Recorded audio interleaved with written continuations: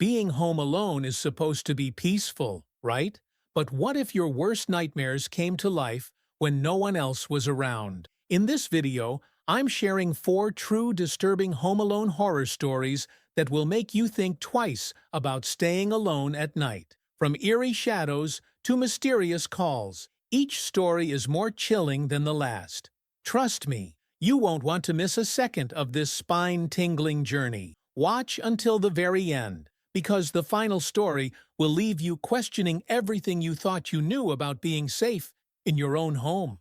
I was 12 years old when it happened. My parents had gone out for the evening, leaving me home alone for the first time. It was a stormy night, with rain pelting against the windows and thunder rolling in the distance. I wasn't afraid of being alone, at least not at first. I remember sitting in the living room, wrapped in a blanket, watching some forgettable movie on TV. The lights flickered occasionally from the storm, but I brushed it off as nothing.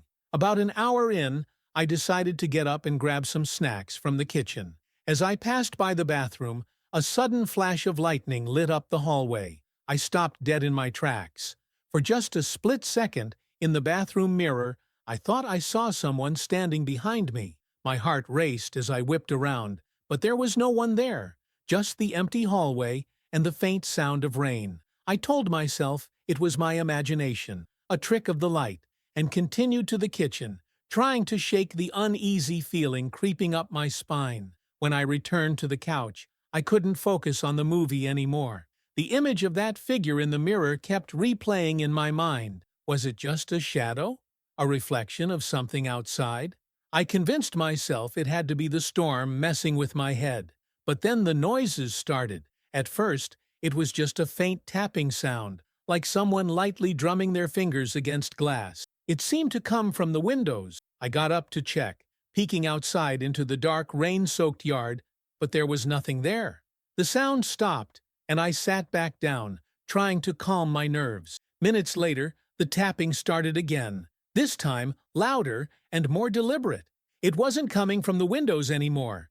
It was coming from the bathroom. I froze, staring down the hallway. The bathroom door was slightly ajar, and the faint light from the hallway spilled into the room. The tapping continued, steady and rhythmic, as if someone or something was trying to get my attention. I don't know what possessed me to move, but I found myself creeping toward the bathroom. My heart was pounding so hard I thought it might burst out of my chest. As I approached the door, the tapping suddenly stopped. "Hello?" I called out, my voice trembling. No response. Pushing the door open, I stepped into the bathroom. It was empty, just as it should have been. But then I looked at the mirror. My reflection was there, but it wasn't quite right. My face looked distorted, like it was being stretched and twisted by invisible hands. And then, behind my reflection, the figure appeared again. It was a man, tall, gaunt, with hollow eyes that seemed to stare straight into my soul. He stood perfectly still, his mouth twisted into a grotesque grin. I spun around, expecting to see him standing behind me, but there was no one there. When I turned back to the mirror, he was gone. I ran out of the bathroom, slamming the door behind me. My hands were shaking, and I felt like I couldn't breathe. I grabbed the phone to call my parents, but the line was dead, just static on the other end. The lights flickered again, and then the entire house went dark. I stood in the middle of the living room, clutching the phone like it was some kind of lifeline, trying to figure out what to do. That's when I heard it, the sound of heavy footsteps coming down the hallway. They were slow and deliberate, each step echoing in the silent house. I backed up against the wall, my eyes fixed on the hallway, waiting for whoever, or whatever, was coming toward me. The footsteps stopped, just as the lightning flashed again, illuminating the figure standing at the end of the hallway. It was the man from the mirror. He didn't move. He just stood there, staring at me with those hollow eyes and that horrifying grin. I wanted to scream, to run, but my body wouldn't respond. And then he started walking toward me. Each step he took felt like an eternity. I pressed myself harder against the wall, desperate for some kind of escape. Just as he reached the edge of the living room, the lights flickered back on, and he was gone. I didn't sleep that night. I sat on the couch, every light in the house turned on, waiting for my parents to come home. When they finally did, I burst into tears, telling them everything. They didn't believe me, of course. They said it was just my imagination, a combination of the storm and being alone for the first time. But I know what I saw. For weeks after that night, I avoided the bathroom mirror. Even now, years later, I can't look into a mirror for too long without feeling that same sense of dread. Because I know he's still there, watching, waiting, and I'm terrified that one day he won't just stay behind the glass. I was 17 when my family moved into the old house on Willow Lane. It was a run-down Victorian with creaky floors and peeling wallpaper, but my parents were excited about the fixer-upper potential. I wasn't thrilled about the move, especially since I had to give up my room in our cozy modern house for a drafty attic bedroom that smelled like mildew. The first week was uneventful, just the usual unpacking chaos. But then the noises started. It was late one night, and I was lying in bed, scrolling on my phone. The house was dead silent, except for the occasional groan of the old wooden beam. That's when I heard it, a faint tapping sound, coming from the wall near my bed. At first, I thought it was just the house settling, or maybe a mouse, but the sound was too deliberate, too rhythmic. Tap, tap, tap, then silence. Tap, tap, tap. I pressed my ear to the wall, holding my breath, and for a moment there was nothing. Then, suddenly, a loud thud made me jump back. It sounded like something heavy had fallen inside the wall. The next morning, I told my parents about the noises. My dad shrugged it off, saying it was probably rats in the walls. My mom promised to call an exterminator, but days passed, and nothing was done. The tapping continued every night, always near my bed. Sometimes it was faint, barely noticeable. Other times it was loud and insistent, like someone knocking to be let out. One night, I decided I'd had enough. Armed with a flashlight, I started tapping back. "Who's there?" I whispered, feeling ridiculous. For a few seconds, there was silence. Then, to my horror, the tapping responded. 3 sharp knocks, perfectly mimicking mine. I froze, my heart pounding. This wasn't an animal. Someone, or something, was in the walls. I didn't sleep that night. The next day, I searched the house for any signs of entry points, holes, cracks, anything that could explain how someone might be inside the walls. That's when I noticed the bookcase in the living room. It was slightly off-center, as if it had been moved recently. Curious, I pushed it aside, revealing a small hidden door. It was locked, but the rusted hinges were weak.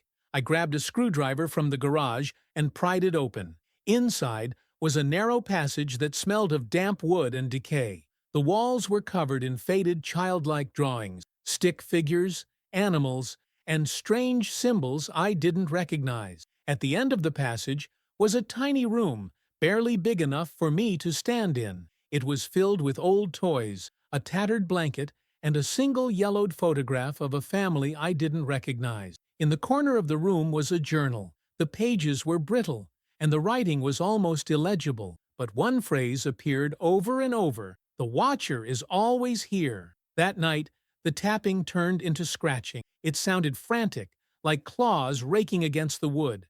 I could hear it moving along the walls, as if something was crawling through the narrow spaces, searching for a way out.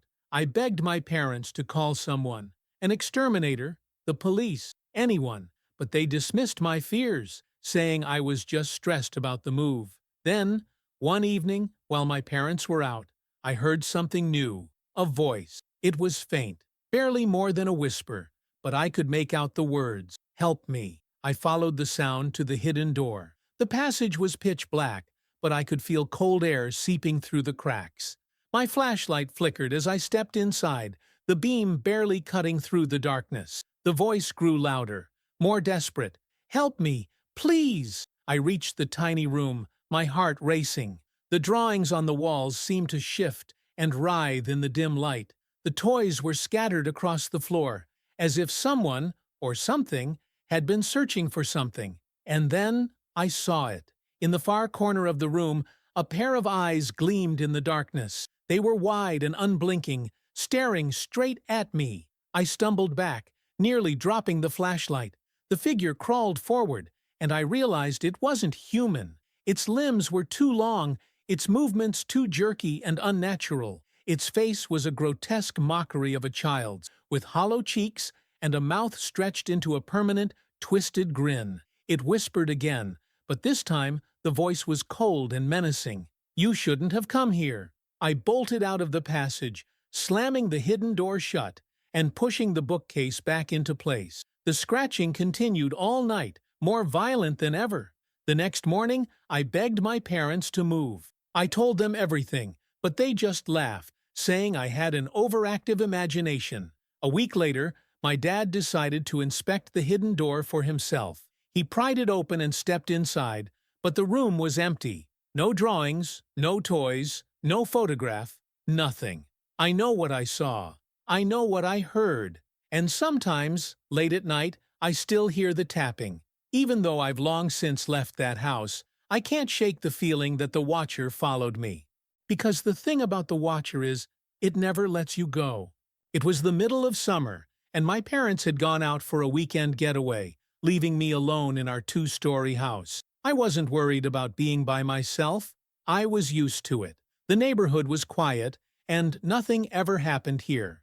The first night passed without incident. I stayed up late watching horror movies, ironically, and fell asleep on the couch. The next day was uneventful too, but as the sun set and the house grew darker, I started to feel uneasy. It began with a simple, fleeting sensation, the feeling that I was being watched. I shook it off as paranoia and went about my evening. But the feeling persisted, growing stronger as the hours passed. Around 11 p.m., I was in the living room scrolling through my phone when I noticed something strange. Out of the corner of my eye, I thought I saw movement outside the window. It was quick, like a shadow darting past. I glanced up, but there was nothing there, just the darkness of the yard and the faint glow of the streetlight.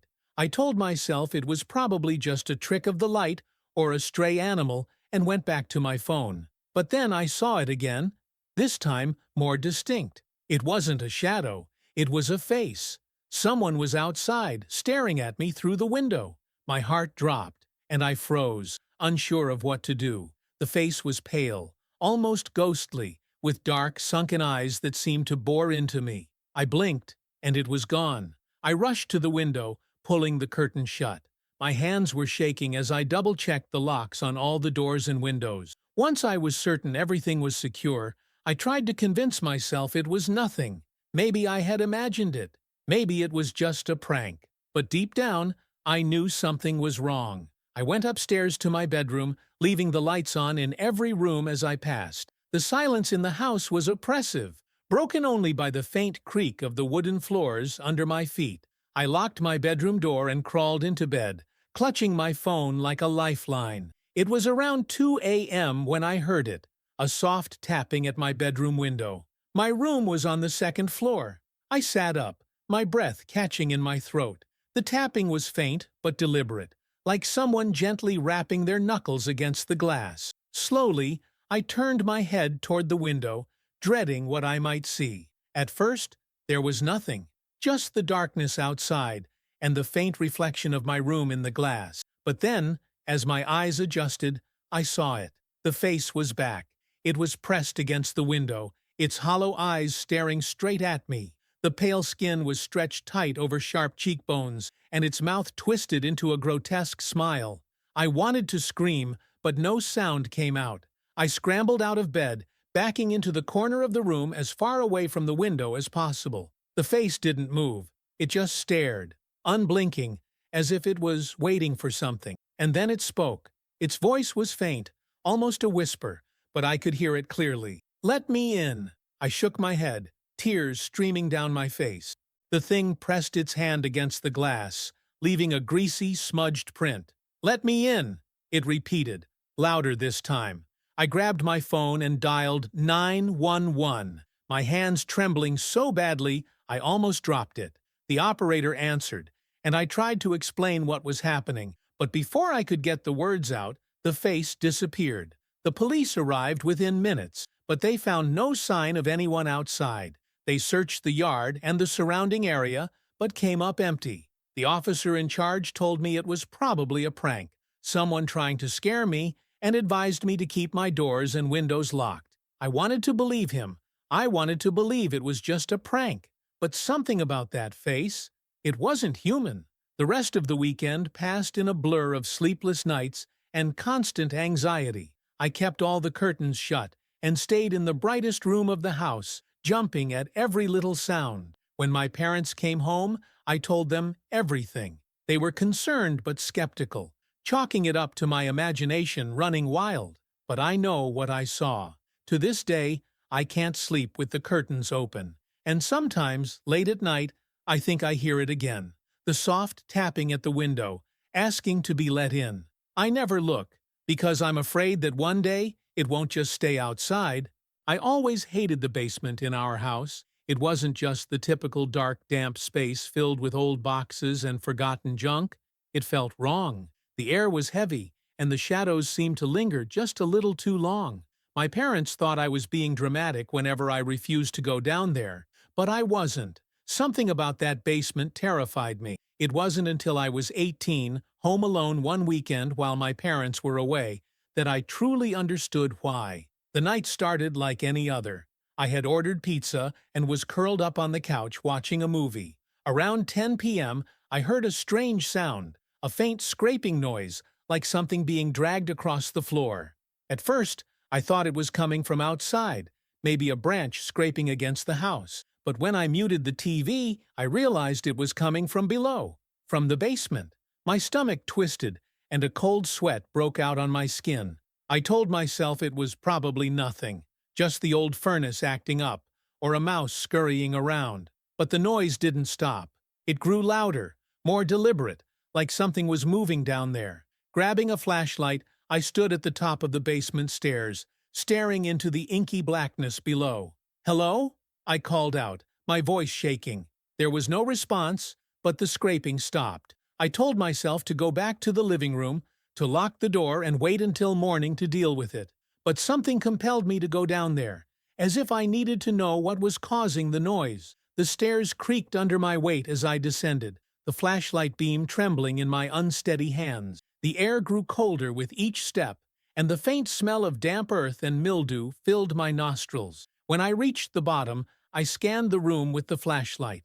The basement was as I remembered it, piles of boxes, old furniture, and the ancient boiler humming softly in the corner. Nothing seemed out of place. Then I saw it. In the far corner of the room, just beyond the reach of the flashlight's beam, something moved. It was subtle at first, like a shadow shifting against the wall. I took a step closer, squinting into the darkness. "Is someone there?" I whispered. The shadow moved again, this time taking shape. It wasn't a person. It was wrong.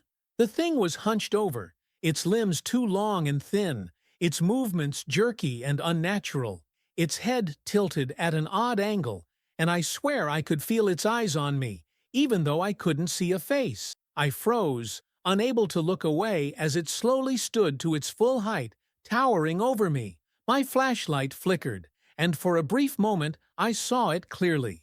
Its skin was pale and stretched tight over its skeletal frame, and its mouth was filled with jagged, uneven teeth. And then it smiled. A deep, guttural sound rumbled from its chest, somewhere between a growl and a laugh. My fight-or-flight instincts finally kicked in, and I bolted up the stairs, slamming the door behind me and locking it. I sat against the door, my heart pounding so loudly I thought it might burst. For a moment, everything was silent. I thought maybe I had imagined it, that my mind was playing tricks on me. But then the scratching started. It was faint at first, like fingernails lightly raking against the wood. Then it grew louder, more insistent, as if whatever was down there was trying to claw its way out. I called the police, barely able to explain what was happening. When they arrived, I let them in, trying to sound sane as I told them about the noises and what I had seen. 2 officers went down to the basement while I waited in the kitchen, my hands trembling as I clutched a glass of water. After a few minutes, they came back up, looking confused. "There's nothing down there," one of them said. "Are you sure you didn't hear the furnace or something?" I shook my head, insisting that I had seen something. They humored me, checking the locks on the basement windows and reassuring me that the house was secure before they left. But I knew they were wrong. For the rest of the night, I sat in the living room with every light in the house turned on, jumping at every creak and groan. I refused to sleep, too afraid that whatever was in the basement would find a way out. The next morning, I begged my parents to move. They laughed it off, saying I was overreacting, that the basement had always been creepy but harmless. I haven't been back to that house in years. My parents still live there, and every time I visit, I refuse to go near the basement. Sometimes, when I'm alone at night, I think about that thing in the corner. I can still see its jagged smile and hollow eyes, and I wonder if it's still down there, waiting for someone foolish enough to go looking for it again. And that's it for today's terrifying tales. If you enjoyed these spine-chilling stories, make sure to hit that subscribe button and join us for more haunting content. Don't forget to give this video a like and let us know in the comments which story was your favorite, or which part sent shivers down your spine. Stay safe, and we'll see you in the next video, if you dare.